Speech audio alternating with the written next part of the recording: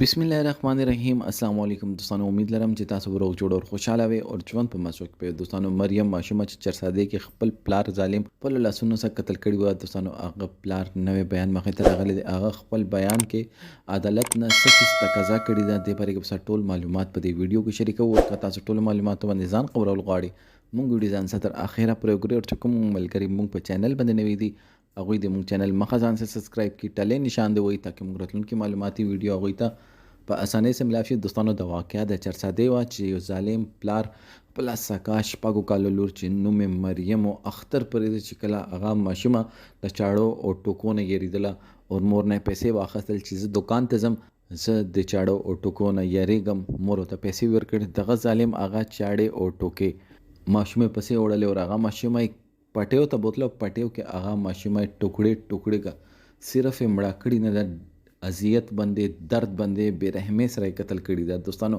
اخر یو پلار چې هغه سکا الواد وي او بیا چې کله هغه پولیسو ته ویر شي نو پولیسو کې خپل په مدعیت کې هغه اف ای آر درج کړي.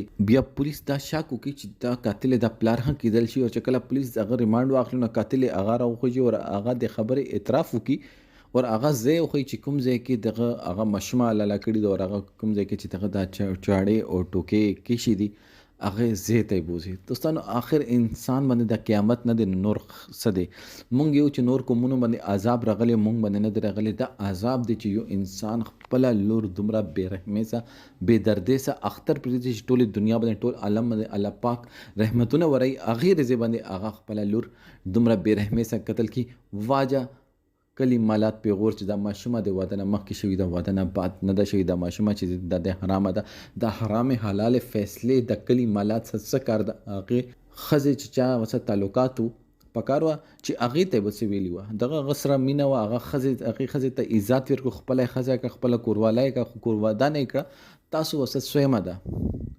خو دوستانو مونږ د معاشره کې د پیغور ډیر زیات مطلب لري ولې د پیغور د لاس دینه مخکې ډیر مرګونه شوي دي قتلونه شوي دي. خو دوستانو مونږ ته پکار ده چې مونږ ډیر زیات خیال او مونږ د خلکو په خبرو کې رانه شو. خلک خپل کورونه کې خوشحال دي که دغه خپل لور مړه دا په جیل کې دا تکلیف خو دغه ته شو کنه.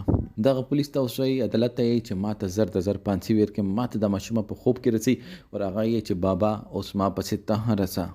دوستانو دې باندې تاسو سره دا کمنټ سیکشن کې خپل رائے ضرور کوئ. والسلام.